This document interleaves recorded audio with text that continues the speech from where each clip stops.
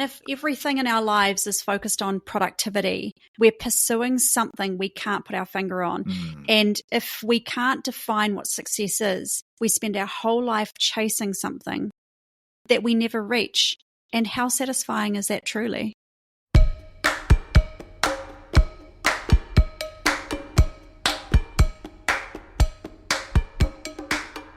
Can we ever attain a fully productive work life or a fully productive organisation? What does that even mean? When we think about the idea of productivity and busyness, I reckon we've got it all wrong. And it matters because the way most of us are working and living these days is unsustainable. Burnout levels are rife and the system, the work system, isn't changing fast enough to accommodate what we as humans need beyond achievement. The ability to slow down, reflect, connect and learn. Essentially, to breathe out. There's got to be a better way. My guest today, Danni Ermilova Williams, is challenging the notion of what it means to live and work well, including the idea that the point is to optimise productivity. Hi, I'm Digby Scott, and this is Dig Deeper, a podcast where I have conversations with depth that'll change the way you lead. Who's Danni? If you check out her LinkedIn profile, you'll see that she's a change coach and consultant, which is a good title for her because she's worked across a multitude of different sectors during her career. She's also won the prestigious HRNZ Award for HR Professional of the Year, which makes her a standout in my book. What I reckon's most interesting is what else is in her LinkedIn profile. Right at the top, it says disruptor of the status quo.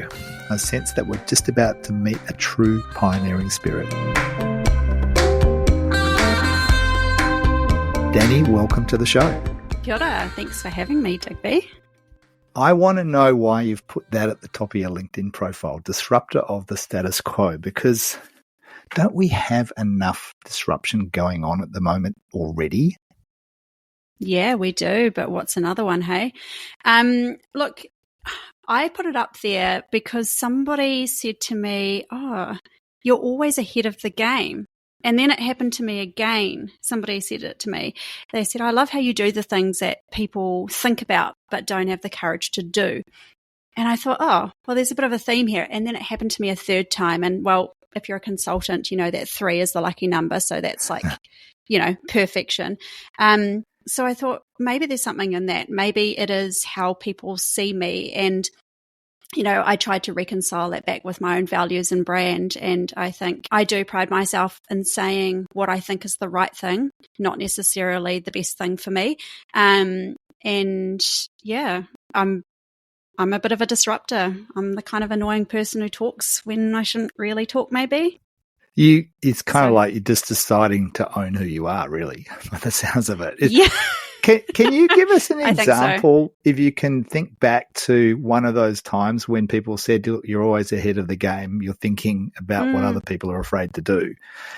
Can you tell us a little bit about a time when that was going on and people pointed it out? I can't really think of like a big moment, but it's in all of those little moments that matter. And I think this is part of leadership, right? Like, even if you're not a people leader, the moments to lead are not big, fancy moments where you satisfy your ego to look good.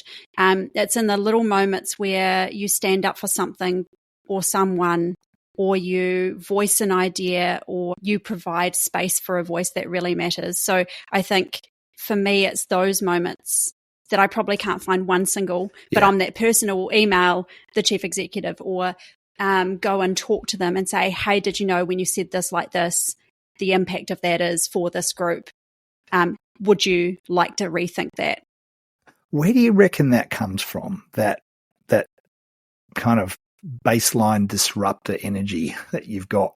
Because in some ways it's not even disruption, it's just sort of doing the right thing, which may be less common than we think. Where do you reckon that all comes from? I think, and to that point, Digby, I reckon it's in everyone has the intention, I think. Well, I believe everyone has the intention to do the right thing. It's whether or not you then put it into action. And I think it probably comes from having a sassy mum and living in a very extroverted and playfully competitive family. I would say that that's kind of shaped my desire to speak a lot. I want to know about sassy mum. Like, when you say sassy, what's she like? Tell us about her. Mum's playful, so she says the things that people don't want to say or don't want to hear, and she just owns it. And I think back to being a kid, and she was that mum at school camp that would always be, the kids loved her.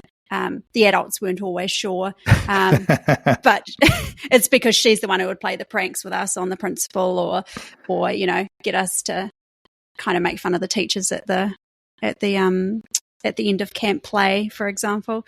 So yeah, she's very much like that. She'll say what she thinks, regardless of what people. And how did that inspire you? I'm wondering about when that sassy came out in you as a kid. Like, how did that show up? I think I've always been super extroverted, and I will say what I think, because in our family, that's what we do. We say what we think, and you can clean up afterwards, but saying it is the important bit. But I think probably like a lot of females and a lot of high performing individuals, you go through life trying to do your best and be studious, and so you probably hold back on a lot of that stuff, and I definitely did. And then it's only when you sort of feel the courage to be able to be your whole self and not have to hold back some of that it started to really come out. And I'd say probably under certain leaders. Tell us about that, because I love this. It's kind of an emergence. It's always been there, the sassy kind of disruptory energy. And there's a time, by the sounds of it, when you started to notice it shining a light a bit more strongly. When was that 100%. In your life? I think that there are moments, right, where you realize that you can't kind of live for other people. And one of those defining moments was probably my parents separating. And it was during my postgraduate year of university. And I took myself off to a counsellor for 12 months and explored lots of things. And the thing that comes up time and time again when I go and see psychs are, this people-pleasing part of me. Mm-hmm. But that's not really conducive to saying the things that people don't necessarily want to hear. Yeah. So there's that tension there, right? And so for me, it's kind of like a permissioning thing, but the difference being you're not seeking the permission from someone else. You're seeking it from yourself, or quite simply just giving it to yourself. And I think that that's the mindset shift for me.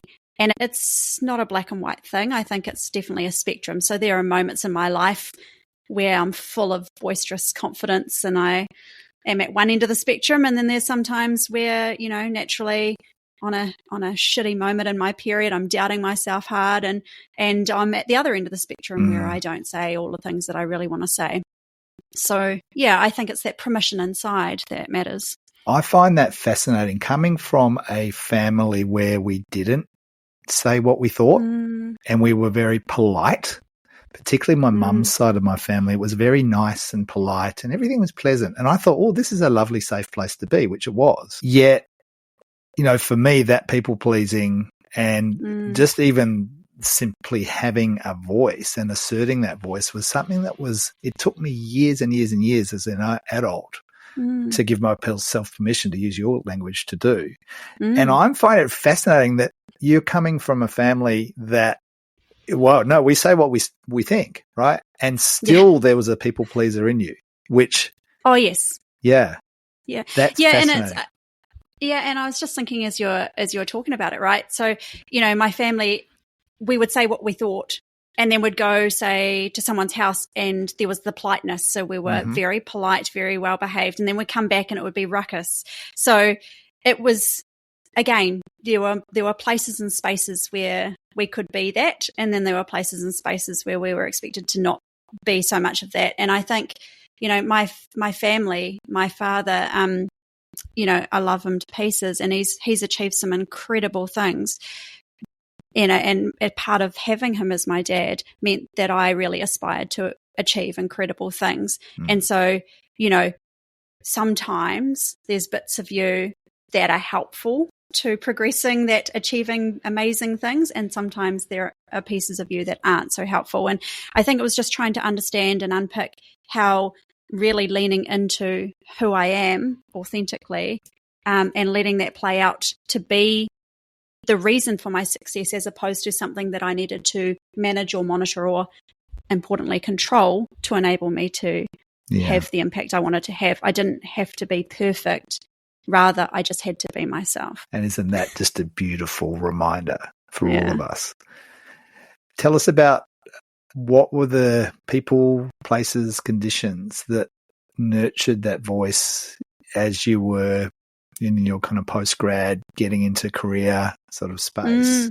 How did what helped your voice as a leader come to the fore more? It would have been probably other leaders. So I'm just going to say it. This may be a bit controversial, but I've been surprised at how many HR leaders don't necessarily create the space for authenticity and nurture as much as I would have expected or hoped. And so I think for me, there have been a couple of standouts, like a handful of leaders in my career that I've worked for that have really challenged me to be fully myself without even making that overt challenge, right? And when I think back on perhaps some of the common traits there, I would say probably a bit of swearing. There was quite a bit of swearing.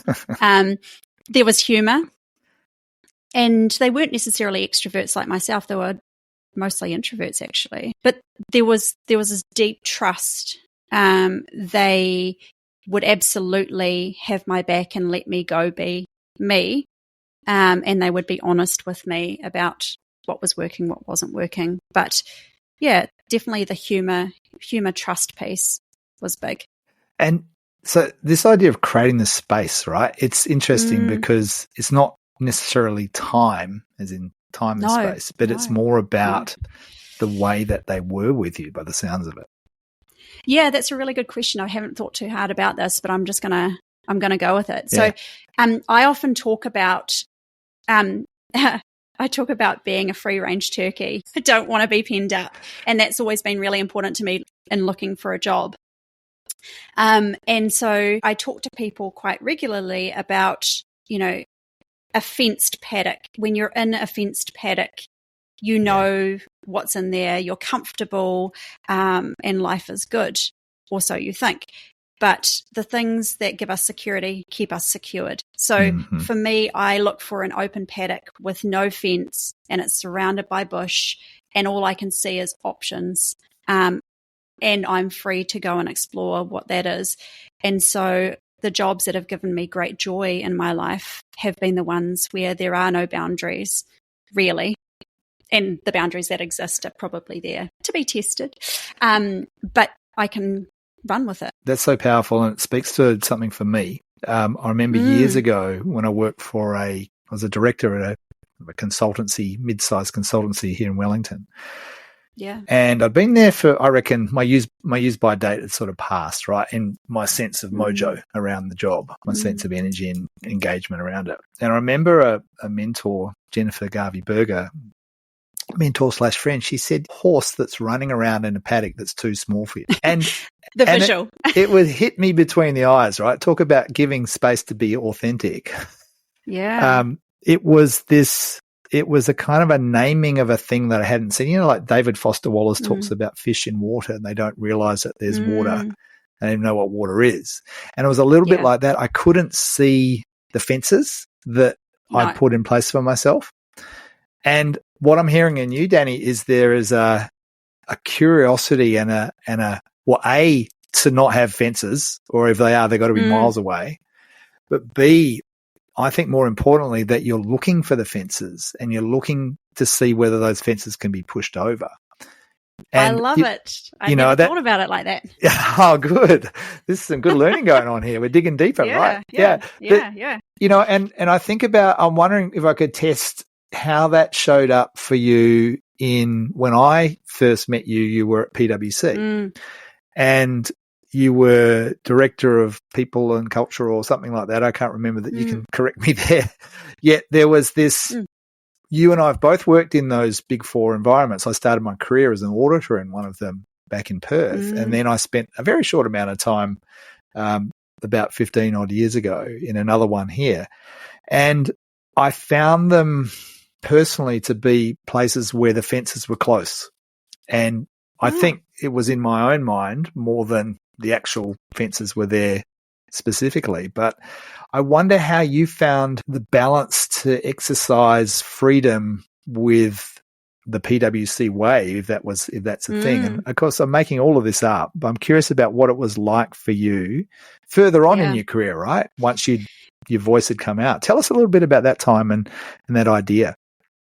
Yeah, look, there's lots in there. And can I just touch on the fact you've said this twice now, the fences that I have seen in my mind, or I've, referring to yourself, because there's two types of fence, right? There's the fence that we put around ourselves, and then there's the fence that other people put around us, of which both I rebel against, and I'm sure you do too. But I think with the PwC piece, I think that's what made it so good and so bad in so many ways for me. Like I loved working there, but there is no fence in my mind in the consulting space I was working in, and perhaps that's different with audit, and that audit is typically a more structured space, and by the very auditing itself, you're in a controls space, right? Whereas consulting, I feel, is looking at big problems that are not defined, and you need to find ways to put some fences around them to make them doable. And so in many ways, I was in my element where I would get put on a job and no one knew, least of all me, what I was going to be doing or why I was there. We hadn't really defined the problem. And then suddenly within 3 weeks, the problem needed to be completely solved. My job was to turn nonsense into sense and figure out how to do it at a practical, in a practical way. And for me, that's like my catnip. It drives me crazy in a good way. But if there's no boundaries around what that means for everything else in your bucket, it means that your bucket is overflowing with one thing. And that's what happened for me. I pursue my passion at all costs, and I still have to manage that. So loved it, but needed to walk away from it so that I could have balance. So that's a beautiful segue, because 2023 was a big year for you. Year of change. Why don't you tell us a little bit about the walk away and what that was all about afterwards? Yeah, and I like how you put it, the walk away, right? Because we know big change is kind of like a gripping story. It's got a beginning, a middle, and an end. And we often jump from the crappy stuff to the success story, but there's lots in there in the middle. So hubby and I went through a lot of really challenging stuff leading up to walking away. He was studying for his medical exams, which is like a full-time job outside of a full-time job in a hospital as a doctor. And I was working at PwC doing really interesting stuff, but doing very little else because I didn't have time. We had a few miscarriages. All of them resulted in surgeries for me and complications. So from a physical, mental, emotional space, I was basically falling apart, but sticky taping it up as you do and just keeping on going. Like there was one instance where I had my surgery on a Saturday so it didn't disrupt my program. Wow. And normal people don't do that when they sit down and really think hard about something. And then some other stuff was going on, and I went and saw a psych, and I just thought, I'm out of my depth. I can't fix myself. I've applied all of the stuff I've learnt, but I'm not able to help myself. And there's nothing worse for a fixer to not be able to fix what's going on. So we were on an aeroplane, and it's the best time to catch your other half for a coaching session when they don't know it, when there's like, don't use your HR voice with me. Captive audience. What was that like, that realization? It was twofold. I think it was, oh shit, what does that mean? Yeah. And then the other part was like, oh, I'm so glad that I now realize this, so I don't keep paddling hard and thinking that I'm getting somewhere when actually I'm just paddling my life away. There's the truth will set you free sort of element in that, isn't there? Oh, 100%. A relief. Yeah. You can hear it in your voice now even. Yeah. I know. I'm like, I'm so glad I figured this out before I had a heart attack or, Well, you know. ain't that the truth? Because, Yeah. if you don't work it out for yourself, then life will force you to work it out. Yes. And in some ways, I guess you could say perhaps the miscarriages were just that. My body saying, you're kidding. I don't think you're fit to do this right now. And so we talked about it. We talked about it every day for quite a long time. And we said to ourselves, we just need to stop. Let's make it a fresh start. And so we talked about Break Free 23. And we wanted to be absolutely crisp on that we were breaking free. Because you can't, when you're super busy, I found you just can't take stuff out of the bucket and put new stuff in. You don't know where to start because your brain doesn't have capacity. So we tipped the bucket over and we quit our jobs, and everyone else around us was quite nervous, especially our parents, bless them. They're like, what happens if you can't get a job? We were like, let them do all that worrying for you, I say. Yeah, I know, right? I know. And it comes from kindness, but also, their own fears, I guess, and that's okay. So we tipped the bucket over and we just left, and we decided that we were going to have a whole year of doing only things that we wanted and chose to do. And that's what we did. That's a powerful exercise and a powerful mantra. And a couple of things come up for me. One is I watched a talk that you did in preparing for today where you were reflecting on COVID and how our organizations, you were talking about the future of work. And there was this thing you said in it, which was COVID forced us to go can't becomes must. And that we can't do things to we must do things. And I sense that that's what the PwC situation and then the decision was also about for you. It's like, I can't stop, I must stop.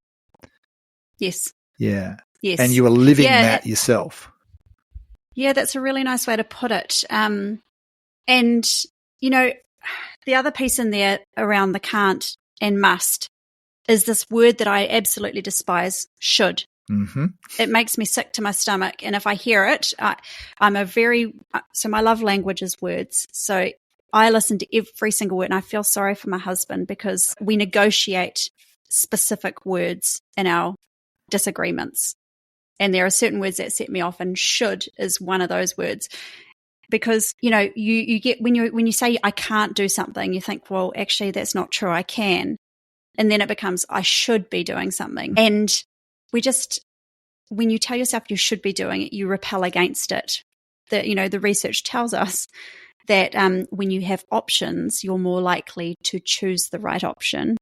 But when you think that you should do one thing, you repel against it. Mm-hmm. So, for me, it can't be should, it can't be can't. Well, then it must be. Must and want to, right? Yeah, it's a survival thing.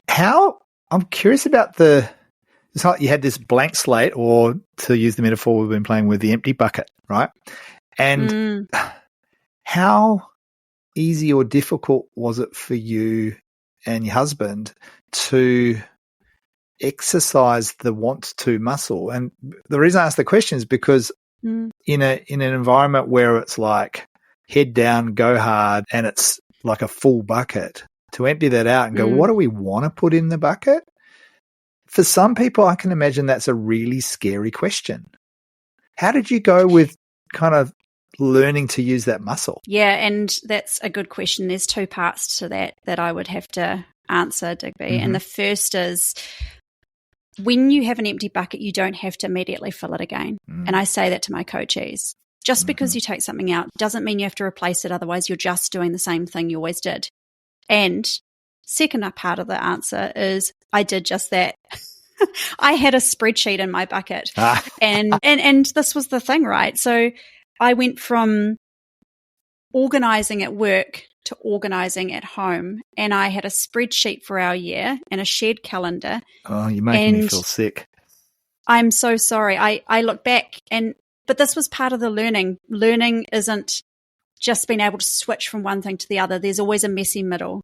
And this was my messy middle. And it was most of Break Free 23 that I managed to organize our way to do all of these amazing trips and spend quality time with people. And it wasn't until I thought I was going to step back into normal life again that I stepped quickly back out of normal life again and said, I haven't learned a thing. I've actually just recovered, and it took a year. But now the really hard stuff happens, which is, what do I really, really want to put in my bucket? 100%. Yeah. And that's when it happened in December. So it took a year. The year of unlearning almost, isn't it? First. Yep. Yes. 100%. Yeah, I think you go. No, it's well, what's come out for me is I took a 6-month sabbatical as well last year, for the first half of last year. And I found it hard to feel like I was using the time well. There was this pressure that a fence in my mind about, what do you do with this time? And following my nose was kind of part of it. There was a letting go, then there was a following my nose, and then there was this excites me, I want to go there. And I think what I observe when I work with leaders, as you do, that there is a propensity for busy and busy and spreadsheets and achievement, and using the story of using my time well every day. Remember talking to Derek Sivers about this idea of non-optimized time. And I think it's an antithesis, right? It's this idea of we have to optimize our time all the time. And, I think when you're forced to stop, and I think most of us probably do need to slow down, there's a discomfort that comes with that. There's a discomfort with not doing, with being unhurried and unproductive. Yet my view is that you are being productive. It's just not tangible. It's just not visible. You're actually doing work that's important, but it may not be seen by the outside world or even you. And it sounds like your story is very similar, right? It's like I've got to learn to slow down. What helped you, do you think, to kind of navigate that discomfort? Yeah, and I just want to touch on something you said before that. It was, again, words, right, Digby? You talked about productivity, and productivity is an interesting concept, right? Yes. It's perfect for insecure high performers like myself, who get attracted to work in big fours and places like that. Yeah. Productivity is never attained. It has no end point. There's no point at which you are fully productive. There is always more required. It's a take. And so you're constantly pursuing greater productivity. And when you do that, you become narrow in your mindset, and you don't necessarily think about this bigger picture. And you end up taking things you don't really want to have taken away. Whereas sustainability as a concept is about an ecosystem where everything finds balance. And so if we think about trying to have space that is still productive but not filled with stuff, I wonder if I find it hard to still use the word productivity because for me, I'm not interested in productivity. I'm interested in sustainability, and the ecosystem that is me says that, I'll do the work and it will take what it takes to do the work well so that I'm comfortable with it. And overall, it's about finding a balance. So I try to steer away from this productivity piece these days because it's a big ask of people to try and always think in a productive productivity mindset. There's a cultural norm that is so prevalent. Again, it's like the fish in water. We talk about productivity and busyness as if it's the water we're swimming in, yet it doesn't have to be that. No. And I love the way you use language around sustainability. It's interesting. We're standing on the shoulders of some giants here, right? So Cal Newport, who's written Deep Work and a number of other books, his latest one's called Slow Productivity. And I wonder whether he debated. I'd love to learn. Yeah. Whether to put the word productivity in the title. And I think perhaps what he did, making this up, is he did it because it is a hook for people. I was just thinking of the word hook. Yeah, it's 100%. You know, it's the meet people where they're at right now, because I'm partway through writing a book, and I was going to call it Unhurried Productivity, but I think I'm just going to call it Unhurried, because there's something about moving away from the idea of productivity, which we're both. Yes, please do that. Yeah, yeah. It's almost like it's you got to make things happen, but it's not the point. No, exactly. And if everything in our lives is focused on productivity, we're pursuing something we can't put our finger on. And if we can't define what success is, we spend our whole life chasing something that we never reach. And how satisfying is that truly? Yeah. Yeah, it's the chasing. Oliver Berkman's 4,000 Weeks book is a big proponent of, I remember reading that, and right early on there was this, get this into your head, reader. Your to-do list will still be there on the day you die. You know? Well, exactly, right? Yeah. And no one's going to talk about that list. No, I love this. So coming back to your year out, and there was this realization towards the end of it that now's the time to go, what do I really want to put in the bucket? Yeah. Tell us about, what's in there now? And more importantly, I think, how did you go about deciding what gets to go in the bucket? Well, good question. So my bucket at the moment has capacity, and this is something that is completely new to me, and it's really uncomfortable. So my husband and I decided that balance was everything in our new life. So this year is Grow and Mature 24, and that's about staying true to what we took away from last year, growing it and maturing it into the way that we now live our lives. So we talk every day about how we're moving closer towards our mission, our aspiration through this mission. And part of it was to get work that doesn't, it's like, so I'm a vegetarian. I don't buy a piece of meat and then put some veggies around it now, the meat being the metaphor for work. I create a dish with all of the things that are good for me, and it's tasty. So, my husband got a job that's 3 days a week, no longer working 10-day shifts or crazy shift patterns. And so I said, well, I'll start my own business, and I'll work approximately 3 days a week as well, on the same days that you work, so that we have 4-day weekends most of the time.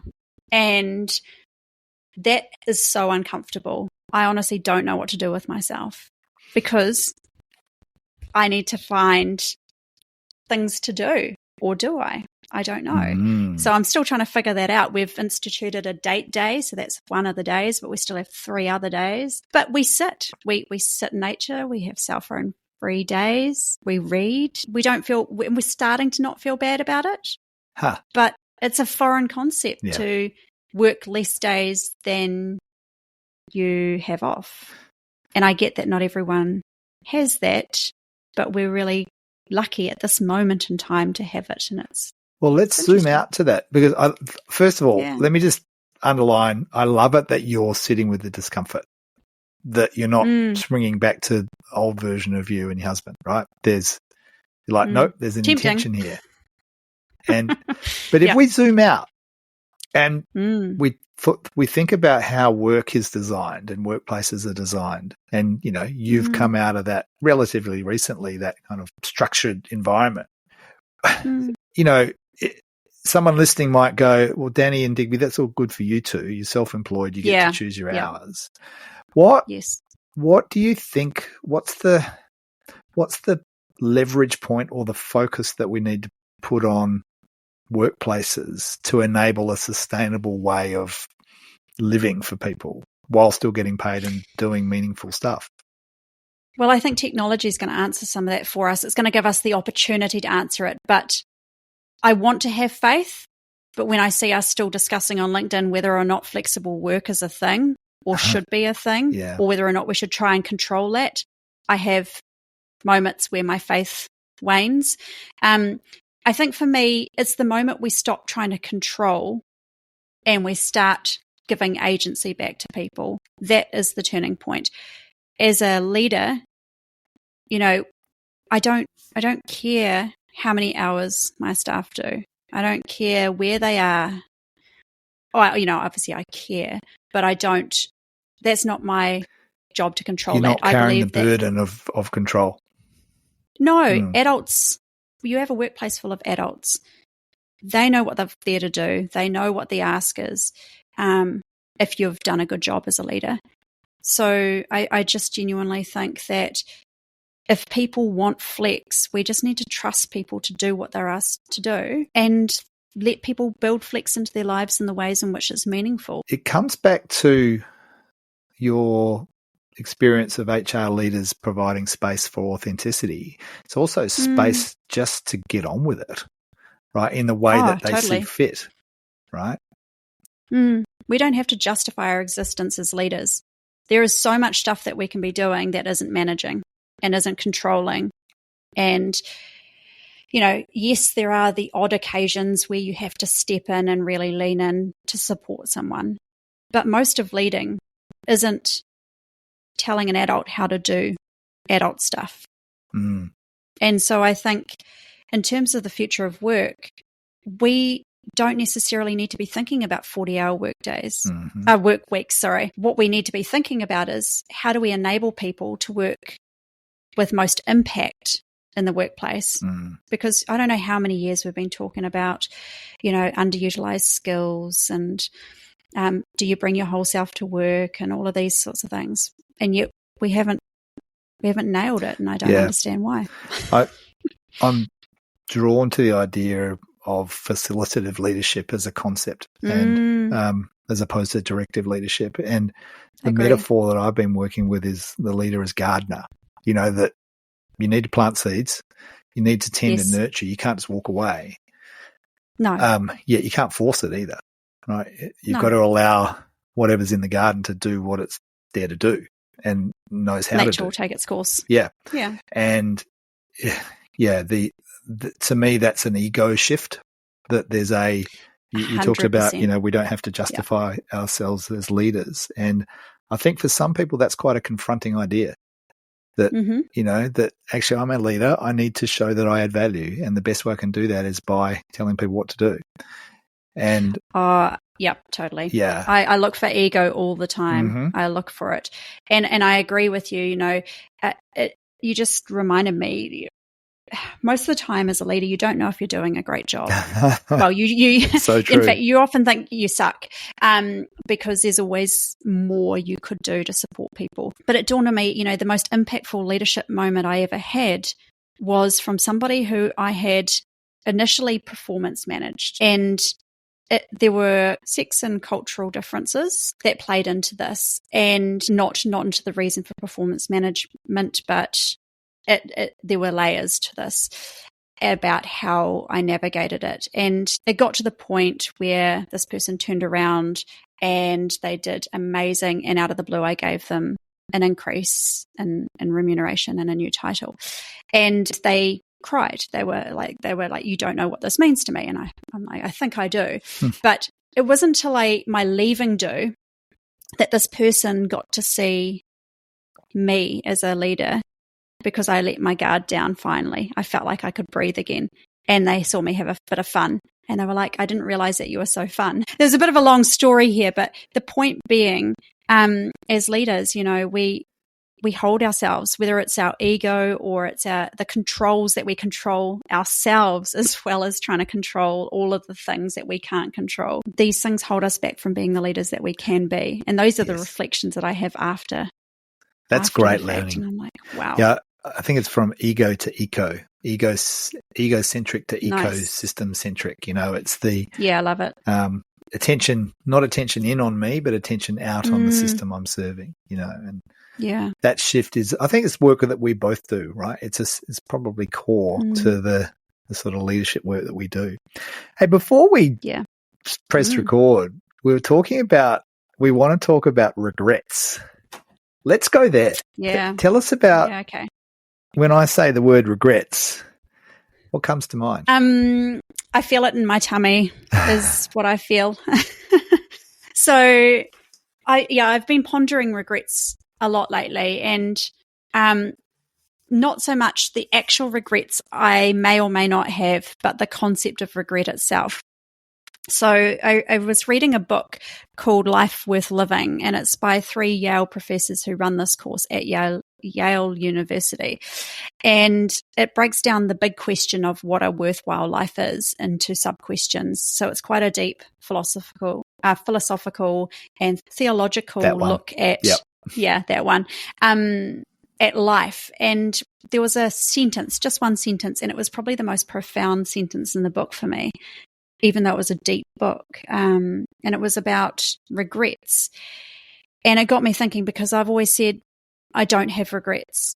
And the reason I say I don't have regrets, having pondered it, is that not that I don't regret things that I've ever done or said or felt in the past, but rather I don't wallow in those regrets, because there is no goodness to be had. And for me, I've just been pondering whether or not I want to allow myself the ability to have regrets and to talk about the fact I have regrets, because I feel comfortable now in the delineation between having regret and holding on to regret. That's a lovely distinction, isn't it? Because it's there, it's part of your makeup, it's part of how you've learned to be who you are. It's taught you something.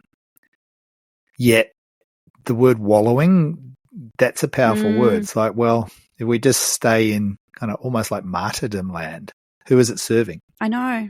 Yeah. It's not a very nice home. I wouldn't buy it, let's just say that. Living in regret.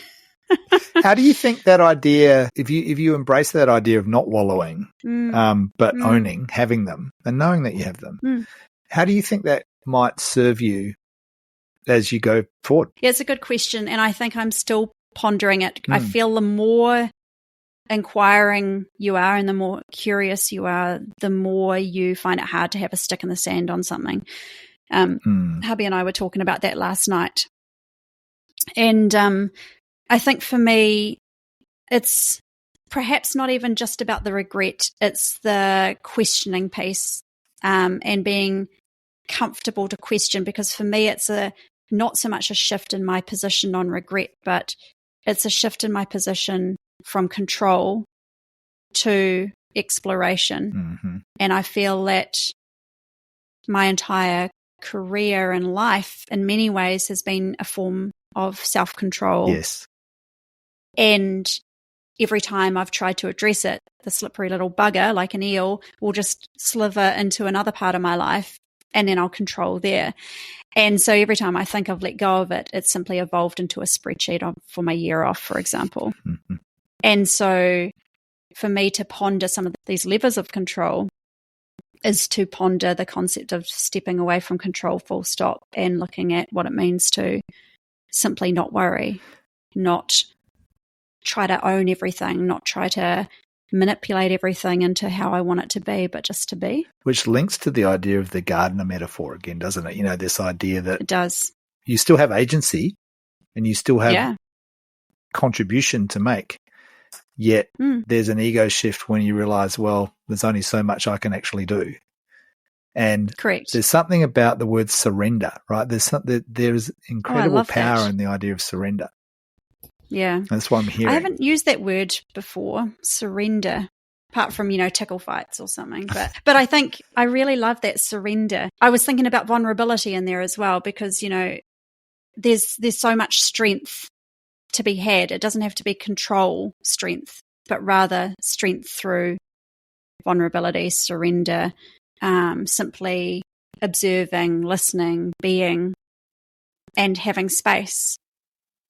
Yeah, because I think a lot of people might think when they think surrender, it's completely letting go and becoming like a leaf in the wind, where you just are, completely at the mercy of other forces, other people.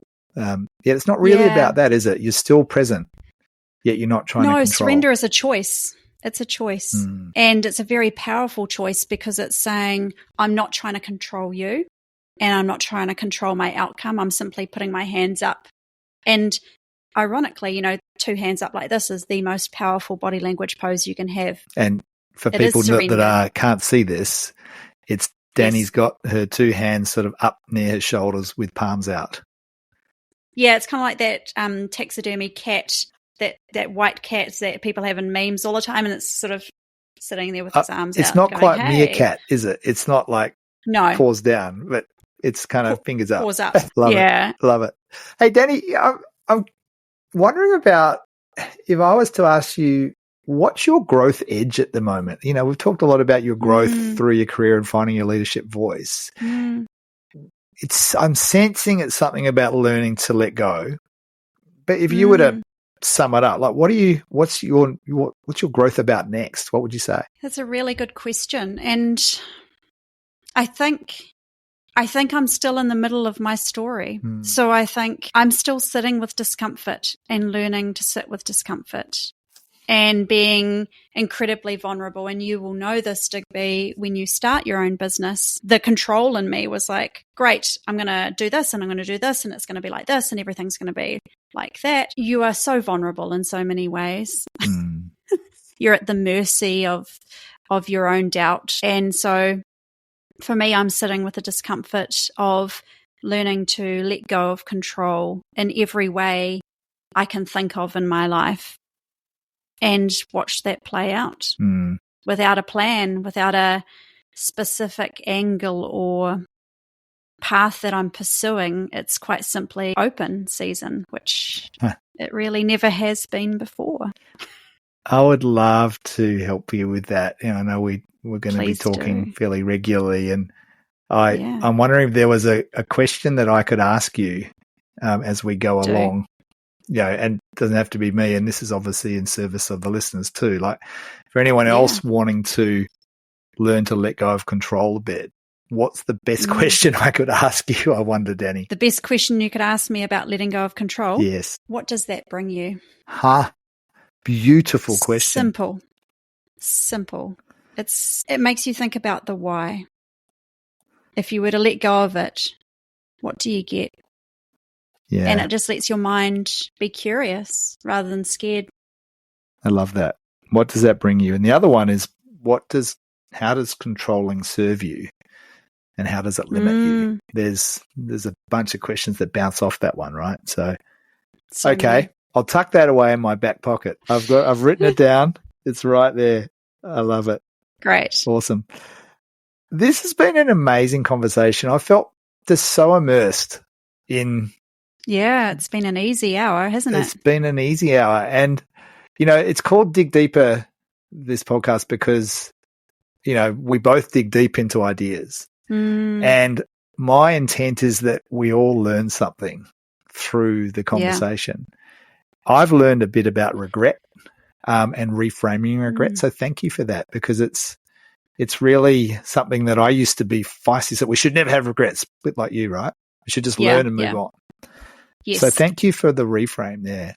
I wonder, what have you learned through the conversation? I think in the course of us having a kōrero here, I've been thinking a little bit about some of the words I didn't realize that would come out of my own head. So I hadn't really thought about control being a bit of an eel before. And through your careful questioning, it has become apparent to me through our discussion that this eel isn't dead. It still lives on. It'll be somewhere else in my life. And I've just got to be curious about where it might be hiding so that I can call it for what it is. And I think the other takeaway for me is the beauty in the word surrender. I honestly, as I said, I love words, big fan. And it's not a word I've used in conversation before, I don't think. And I don't know why I haven't, and I want to change that. Beautiful. I wonder what it'll bring up for you, as well as for people who are on the other side of that conversation as well. Oh, I'm so excited. It's going to be my new hot word. But, you know, it's funny. It got me thinking, though. I was looking for icons earlier. I'm doing a leadership workshop, and it was about vulnerability. And all of the icons, if you Google vulnerability, and it comes up with these really awful icons that suggest it's a weakness. And so I'm reframing it as emotional strength. Beautiful. Because there's this connotation. So I wonder if surrender and vulnerability need to go for a drink and have a discussion about rebranding. Thoughts? And maybe the icon is the hands up, you know, open palms. Yeah, with a little flag or something. I don't know. Something like that. That's awesome. Hey, if people want to get in touch with you, find out more about you, what's the best way for them to do that, Danni? Look, I've got a really tricky name. People struggle with the Ermilova bit. So my website is www.danni, Danni, Ermilova, Ermilova, Williams.com. That comes from my husband who was born in Russia. So yes, get in touch with me via my website or hello@DanniErmilovaWilliams.com. So good. Thanks so much, Danni. It's been brilliant. I'm sitting here after my conversation with Danni and reflecting on the stuff that came up for me. And wow, so much. I love the idea of leaders who create space for authenticity and what can happen if we focus on that beyond simply productivity. And this idea of productivity is never really going to end. We're never going to be done with productivity. Is it the most useful metric? Probably not, if we're going to be measuring how we live our lives as well as how our organizations function. It seems like a really limiting idea. Useful in some ways, but limiting in others, and leading to limits. This idea that, we put out limits on ourselves and others put limits on us. And this idea that things that give us security keep us secured, that will sit with me for a long time. That there's an upside and a downside to security. And what would happen if we just challenged those fences a bit more? And the reframing of regrets is something to have and own, but not to wallow in. I love that reframing. I wonder what this conversation's got you thinking, and more importantly, what is it going to nudge you to do differently? Just do one small thing. And one of those things could be to share this episode with someone else you think would value it. That would be great. And if you could like it in your podcast app because you like the episode, that would be great too. Even better, leave a review. That would help me so much. So go and try one small thing. Listen out for the next episode coming soon. And until then, go well.